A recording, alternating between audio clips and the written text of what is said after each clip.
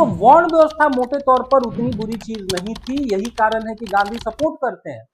Post वैदिक era आते आते, उत्तर वैदिक एरा आते आते इस व्यवस्था को एक सामाजिक बुराई से रिप्लेस कर दिया गया, which is called caste system. Caste system का सच कोई साइंटिफिक आधार नहीं है, ठीक है। और बोला गया कि ब्राह्मण का बेटा ब्राह्मण होगा इरेस्पेक्टिव ऑफ द फैक्ट कि वो नॉलेज उसके पास 0/सन्नाटा है। वैश्य का बेटा व्यापारी होगा इरेस्पेक्टिव ऑफ द फैक्ट कि भाई उसको बिजनेस का एबीसीडी नहीं आता है। क्षत्रिय का बेटा क्षत्रिय होगा इरेस्पेक्टिव ऑफ द फैक्ट कि वो दुनिया का सबसे डरपोक आदमी है। तो वर्ण व्यवस्था को सपोर्ट करते हैं, जाति व्यवस्था के वो खिलाफ थे। इस एक चीज को जानेंगे। और गांधी ये भी बोलते हैं ना कि ठीक है वर्ण व्यवस्था को हम सपोर्ट करते हैं, बट इसके साथ साथ सभी वर्णों का इक्वल सम्मान होना चाहिए और समान वेतन होना चाहिए। ऐसा देखिए, सोसाइटी को चलाने के लिए सारे लोगों की जरूरत है ना।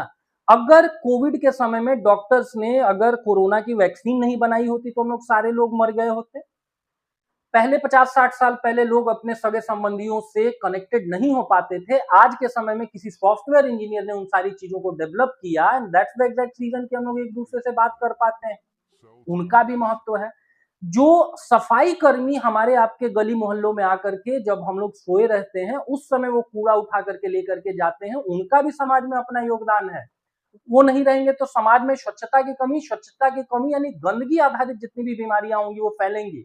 इसीलिए गांधी बोलते हैं कि भाई हर प्रोफेशन इक्वली इंपॉर्टेंट है, और यही कारण है कि सबको मोर और लेस इक्वल वेटेज और इक्वल आपको रेस्पेक्ट देना होगा। ऐसा नहीं है कि आप सॉफ्टवेयर इंजीनियर हैं तो भाई आपका ज्यादा सम्मान हुआ और सफाई कर्मी का कम हुआ। इसको एक और संदर्भ में देखा जा सकता है कि गांधी का मानना था ना, अब गांधी के आइडियाज को तो 1940 के दशक 1930 1940 के दशक से ही तो जोड़ के देखेंगे ना। उनको थोड़े पता था कि भाई 2020 22 25 में कुछ एआई आएगा या इतना टेक्नोलॉजिकल एडवांसमेंट होगा, इंडस्ट्रियल रिवॉल्यूशन 4.0 होगा। आज के समय ना हर जिले में 4 आपको मेडिकल कॉलेजेस और 4 इंजीनियरिंग कॉलेजेस खुल रखे हैं। उस समय क्या होता था, बहुत प्रिविलेज लोग होंगे वही उच्चतर शिक्षा तक पहुंच पाते होंगे। तो अब भाई आपने कोई फॉर्मल औपचारिक शिक्षा ग्रहण नहीं की, फिर भी तो आपको रोजी रोटी तो अपनी चलानी है ना।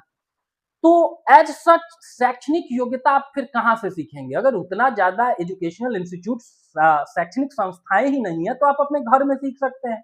कि कोई लोहार के बेटे होंगे वो धीरे धीरे क्या करेंगे कि भाई लोहे का काम देखेंगे कि मेरे पिताजी ऐसे काम करते हैं, वो उन चीजों के ऊपर एक्सपर्टीज आ जाएगा।